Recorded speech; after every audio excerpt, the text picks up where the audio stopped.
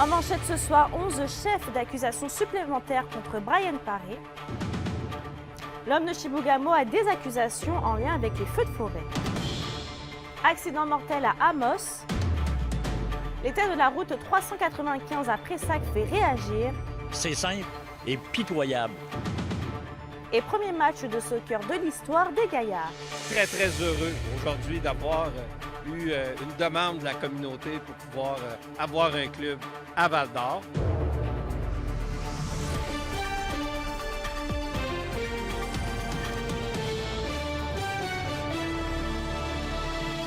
Bon début de soirée, bienvenue au TVA de 18h. Dans le dossier des feux de forêt dans le nord du Québec, Brian Paré, accusé d'incendie criminel à Chibougamau, est revenu en cours ce matin au palais de justice de Roberval. 11 chefs d'accusation ont été ajoutés contre le résident de Chibougamau. L'homme de 37 ans aurait causé par le feu ou par une explosion des dommages à Chapais et Chibougamau en forêt. Il aurait également commis une nuisance publique qui a mis en danger la vie, la sécurité ou la santé publique. Ces événements auraient été commis entre mai et septembre dernier. Brian Paré va comparaître une nouvelle fois lundi prochain. En attendant, il reste détenu à Roberval. La couronne s'oppose à sa remise en liberté. On va parler malheureusement d'un drame. Un grave accident de voiture a coûté la vie à 2 personnes et a blessé 2 passagers samedi tard en soirée sur la route de l'aéroport à Amos. Et selon la Sûreté du Québec, eh bien, le véhicule a fait une sortie de route et a par la suite percuté un poteau électrique. Un reconstitutionniste a été dépêché sur les lieux afin d'éclaircir les circonstances de l'accident. L'identité des victimes est d'ailleurs connue. Il s'agit de Mario Lessard, 28 ans, et d'Amira Maranda, 21 ans. Évidemment, toutes nos pensées vont aux proches des victimes. C'est un événement qui s'est produit vers 23h30 sur la route de l'aéroport à Amos. Malheureusement, il y a 2 personnes qui ont perdu la vie lors de cet événement-là. Il y avait 4 occupants à l'intérieur de l'automobile. Les autres ont subi seulement que des blessures mineures. Ça va prendre quelques semaines avant qu'on puisse avoir étudié le dossier de fond en comble. Et toujours dans les faits divers, la Sûreté du Québec demande de l'aide du public afin de retrouver un homme porté disparu hier à Malartic. Olivier Saint-Denis, 47 ans, a été vu pour la dernière fois le 10 septembre dernier. Il marchait en bordure de la route 117, près du kilomètre 543. Ses proches ont des raisons de craindre pour sa santé et sa sécurité. Monsieur Saint-Denis, vous voyez à l'écran, mesure 5 pieds 8 pouces, pèse 165 livres. Il a les cheveux et les yeux bruns. Et la dernière fois qu'il a été vu, eh bien, il portait un pantalon beige de style cargo et une chemise à carreaux kaki. Toute personne qui apercevrait Olivier Saint-Denis est priée de communiquer avec le 911. Un autre individu a également disparu. La Sûreté du Québec demande l'aide du public pour retrouver Names Papati, 17 ans, de Val-d'Or. Il a été vu pour la dernière fois le 2 septembre dernier sur le boulevard Forêt à Val-d'Or. Ses proches ont aussi des raisons de craindre pour sa santé et sa sécurité. L'adolescent mesure 5 pieds et 8 pouces, pèse environ 130 livres et a les cheveux et les yeux bruns. Donc si vous pensez l'avoir aperçu, eh bien communiquez avec le 911 aussi. Parlons transport, la route 395 continue de se détériorer malgré le travail effectué par le ministère des Transports du Québec. Le maire de la municipalité demande que Québec présente un plan concret pour refaire la route entre Pressac et Amos. Les détails avec Vincent Tremblay. L'état désastreux de la route 395 ne date pas d'hier. En 2015, le maire Stéphane Lavoie avait fait une sortie contre le ministère des Transports du Québec. 8 ans plus tard, rien n'a changé. L'actuel maire Donald Roux veut des changements. C'est simple et pitoyable.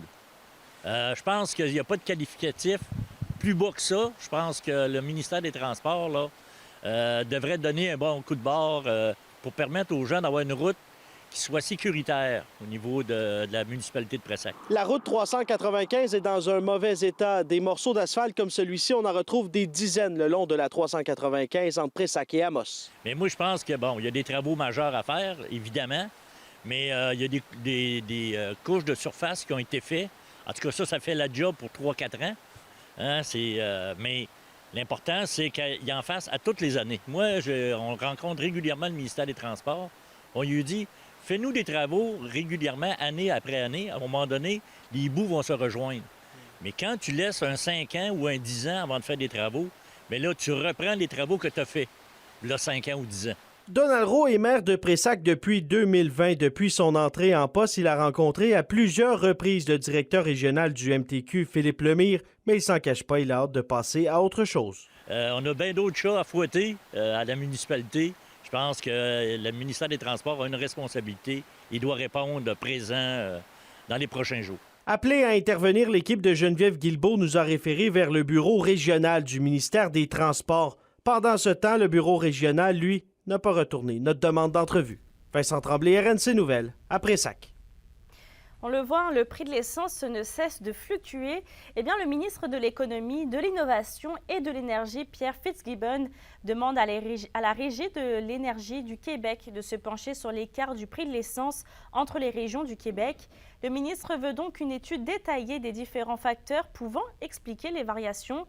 Il demande aussi à la Régie de l'énergie de proposer des pistes de solutions pour faciliter l'accès à une information de qualité sur les fluctuations des prix des produits pétroliers. Et à la question du jour, on vous demandait, souhaiteriez-vous que le gouvernement intervienne pour diminuer le prix de l'essence dans la région? Vous avez répondu oui à 87%. On va à Rouyn-Noranda maintenant. La revitalisation du lac Kosciuszko est toujours un rêve que le collectif Territoire aimerait offrir à la population. Mais Anthony, à l'heure où on se parle, où on en est dans le projet? Écoutez, Mélissa, là, je pourrais décrire le projet comme un long marathon. C'est depuis 2018 que le collectif Territoire s'est donné pour mission la réhabilitation ainsi que la mise en valeur du lac Kosciuszko pour 2026, c'est-à-dire le 100e de la ville de Rouyn-Noranda. C'est donc pourquoi, 5 ans plus tard, je me suis posé la question à savoir où en était rendu le projet. Et vous allez comprendre comme moi que malgré les nombreuses réalisations qui ont été accomplies jusqu'ici, eh bien la route est encore longue afin d'offrir des résultats plus tangibles. C'est pourquoi je me suis entretenu avec Geneviève Aubry, qui est la directrice générale justement du collectif Territoire, pour dresser un bilan avec elle de ce qui a été fait jusqu'ici. Donc je vous présente ce soir la première partie de cette entrevue que j'ai faite avec elle. Par rapport au début du projet, est-ce que vous sentez que vous avez réalisé en grande partie peut-être les objectifs qu'on s'était fixés pour offrir une revitalisation d'ici 2026 aux gens de Rouyn-Noranda? C'est une grande question. En fait, ce que je te dirais qu'on a réalisé, c'est que la manière dont on imaginait le projet au départ s'est modifiée à mesure qu'on en apprenait plus. Donc, on est peut-être parti au début du projet avec une vision un petit peu plus simple.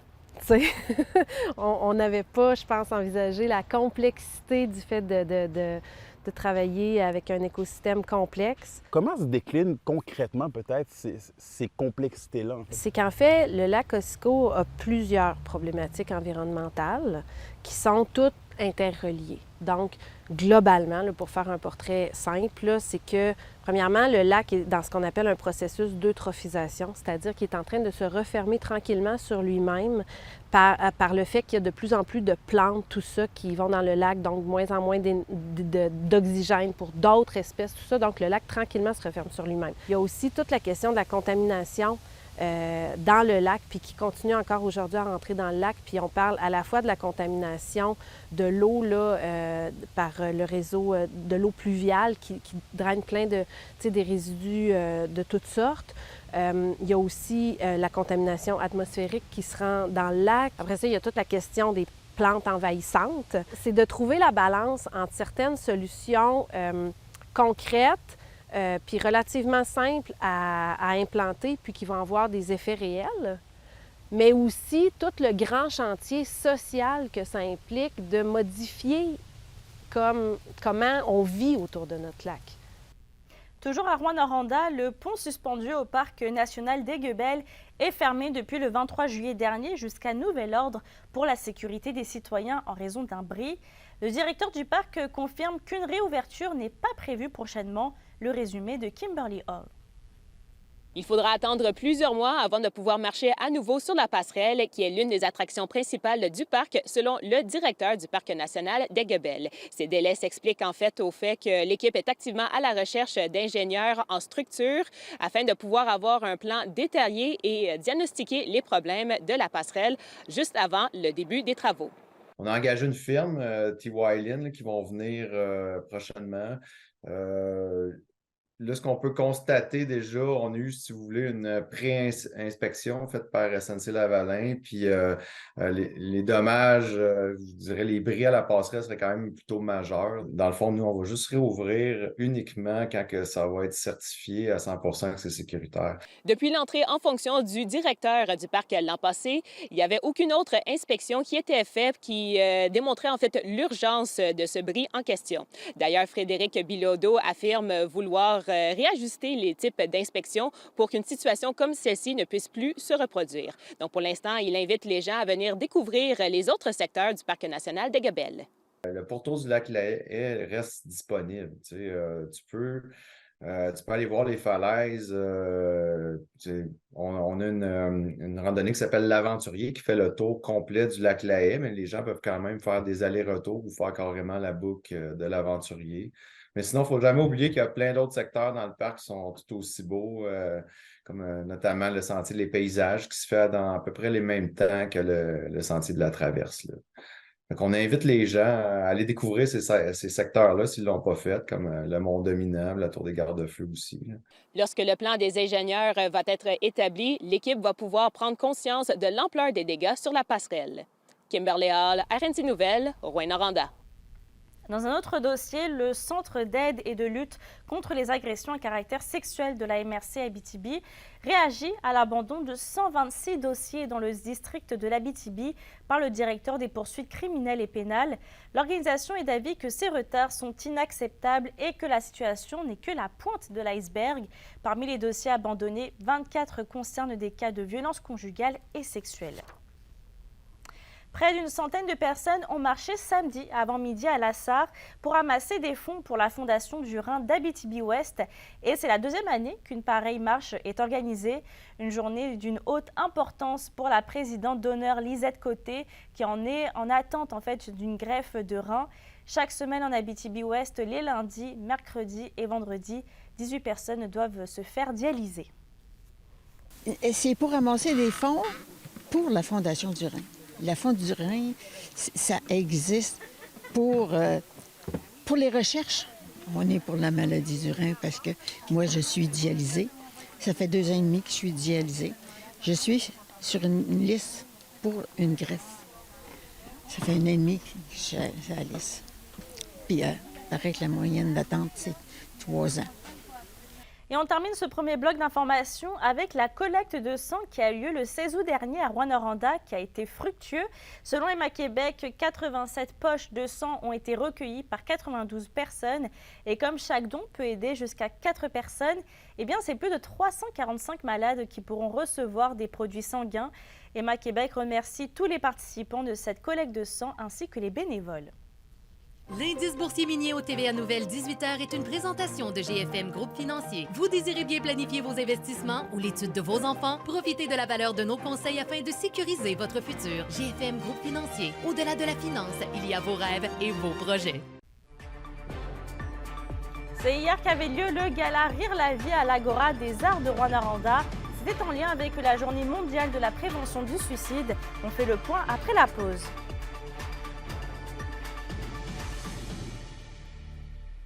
Les SADC de l'Abitibi-Témiscamingue et du nord du Québec vous présentent la bonne nouvelle économique TVA.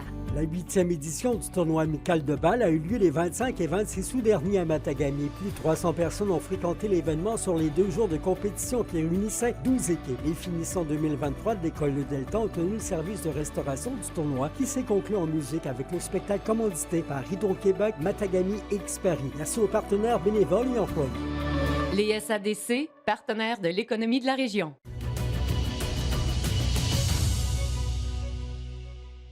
La chronique culturelle, une présentation des denturologistes Leclerc. Bruno Leclerc à sa clinique de Lassar et Jasmin Leclerc à Amos conçoivent des prothèses dentaires partielles complètes ou sur implant de qualité et d'apparence naturelle qui vous permettront de parler, manger et sourire en toute confiance. Stéphanie, plus de 3 000 $ a été amassé hier au gala Rire la vie qui se déroulait à l'Agora des Arts de Rouyn-Noranda. Oui, Mélissa, et je vous rappelle que hier, c'était une journée très importante, Journée mondiale de la prévention du suicide. Et c'est dans le cadre de cette journée-là qu'on a voulu faire un événement en collaboration avec la prévention du suicide de Rouyn-Noranda. On a eu Réal Belland qui était en spectacle. Tout l'argent amassé a été remis à la Fondation. C'est une soirée qui a été à la hauteur des attentes et qui a pour but de véhiculer un message, celui de ne pas avoir peur de demander de l'aide. Des fois, c'est quelqu'un qui a l'air vraiment heureux, puis finalement, intérieurement, ça ne va pas. Donc, c'est pour ça que c'est important de sensibiliser les gens, puis que les gens aussi qui ont des problèmes, que ce soit des problèmes, tu sais, des fois, c'est des problèmes qui sont là à court terme, mais des fois, c'est des problèmes qui sont des problèmes qui durent, qui perdurent. Tu fais des dépressions à répétition, par exemple. Ben, il faut peut-être aller demander de l'aide, ça serait idéal. Puis les garçons aussi. Tu sais, je sais que les garçons ont plus de difficultés à demander de l'aide, mais tu sais, moi, un jour, je suis allé demander de l'aide, pas parce que je voulais me suicider, mais parce que j'avais besoin d'aide, une autre sorte d'aide. Puis je pense que c'est bon d'en parler, puis qu'on ne se gêne pas, tu sais. Et ça s'est beaucoup jasé concernant un spectacle qui a eu lieu vendredi, spectacle du groupe à suivre. Eh bien, après 5 ans d'absence de la scène régionale, les gens ont pu renouer avec leur classique au Sagittaire Resto-Bar chez Jen et Pat. On a eu droit à un beau moment, Mélissa, de nostalgie qui ne risque pas d'être le dernier. Le groupe se dit même prêt à revenir sur scène pour leur grand plaisir, mais surtout pour celui des spectateurs. Ça fait une surprise magnifique. On s'attendait de faire ça un peu comme si on était dans un garage. Et puis finalement, il va y avoir un bon 300 personnes dans le chapiteau. Et puis je pense que le public est là. On a quand même marqué, je pense, une époque là, au niveau des festivals. Puis ben, du monde disait, c'était notre band de jeunesse, on aimait ça vous suivre. Puis là, ben, ces personnes-là sont rendues adultes maintenant, mais ils sont encore là. Fait que, écoute, je pense qu'on a tellement de plaisir qu'on devrait répéter l'expérience dans le futur. J'en suis pas mal certain, là. Et pour terminer, Mélissa, ce samedi a eu lieu un événement qu'on attendait. Oh que oui, 2e édition du Festival des arts du Témiscamingue. Près de 200 festivaliers ont pu profiter d'une belle programmation mettant en lumière une vingtaine d'artistes témiscamiens. On a eu droit à des performances de musique, à des ateliers d'art en plus d'une association avec le Raid Témiscamingue. Selon l'organisation, la météo était là et les belles rencontres aussi étaient au rendez-vous. Mais le soleil était chaud, il était bon. Les gens étaient là, le gros sourire aux lèvres. Les artistes étaient contents. Les gens de Moffett nous remerciaient de faire cet événement-là chez eux. On dit même qu'on prépare déjà la 3e édition qui sera, ma foi, assez spéciale. Merci. Merci beaucoup, Mélissa. Après 3 jours de compétition, le raid international Témiscamingue s'est conclu hier. Malgré le temps maussade, les participants ont été au rendez-vous. On vous en dit plus dans un instant.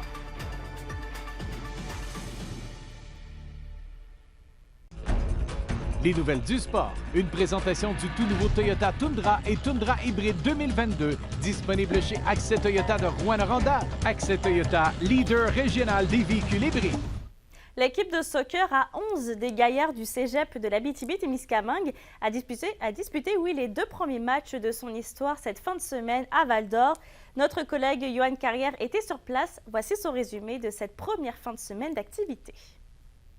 Le coup d'envoi de la première saison de soccer à 11 du programme Astrel Gaillard a été donné lors de la dernière fin de semaine. Avec 2 matchs au programme, le projet d'amener une équipe de soccer à 11 en Abitibi-Témiscamingue s'est finalement concrétisé. Un succès sur toute la ligne, selon le responsable des sports du cégep, Sébastien Murray.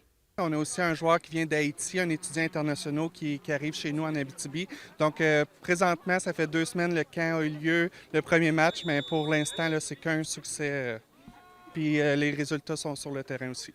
De son côté, le directeur général du cégep, Sylvain Blais, s'est dit heureux de pouvoir développer l'offre d'activités sportives au campus de Val-d'Or. Des étudiants des 3 campus du cégep étaient d'ailleurs présents en grand nombre samedi soir pour le tout premier match. Très, très heureux aujourd'hui d'avoir eu une demande de la communauté pour pouvoir avoir un club à Val-d'Or qui est régional. Donc, l'entièreté des 3 campus, les joueurs peuvent contribuer, mais qu'effectivement, on puisse venir exercer ça sur le synthétique de Val-d'Or. C'est une belle réalisation.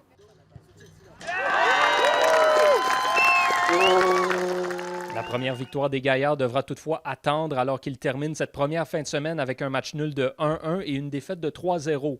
Avec seulement 6 autres rencontres au calendrier, l'entraîneur-chef Patrick Lortie est déjà en mode ajustement en vue du reste de la saison. Il va falloir premièrement apprendre à jouer 2 matchs en 2 jours. Là. Contrairement aux autres équipes qui sont reposées, nous, on doit jouer un 2e match en 2 jours. Les gars sont arrivés fatigués, c'est normal, les muscles, tout ça. Fait qu'il va falloir apprendre à mieux gérer tout ça. On va travailler encore plus fort dans les entraînements, mais je suis vraiment satisfait de la 2e demi du premier match. Aujourd'hui, ça a été plus difficile. Comme je vous dis, physiquement, c'était tough là, pour les gars, mais on va s'ajuster. Les Gaillards seront de retour en action la semaine prochaine, alors que 2 matchs sont prévus au collège Jean-de-Brébeuf à Montréal. Les 2 prochaines rencontres à domicile auront lieu les 30 septembre et 1er octobre prochains.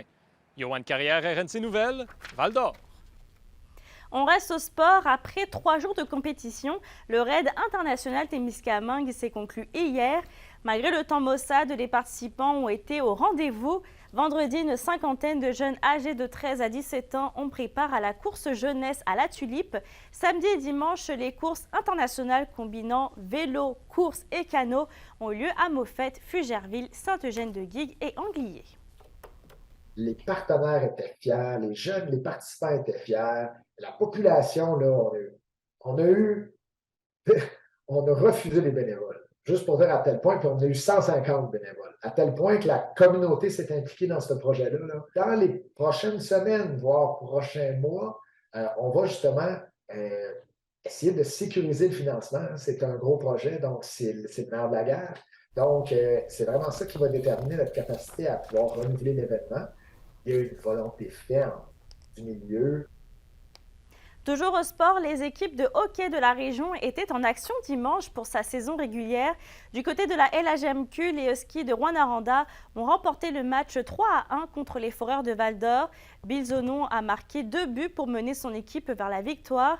Et pour les Foreurs, eh bien, le gardien de but, Mathis Lucier, s'est démarqué en faisant 49 arrêts. Le prochain duel de la 117 va avoir lieu le 23 septembre à 16h au centre Anico Eagle. La météo, une présentation de Nicole Auto de la Sarre. Avec la plus grande variété de camions en région, Nicole Auto de la Sarre, capitale régionale du pick-up.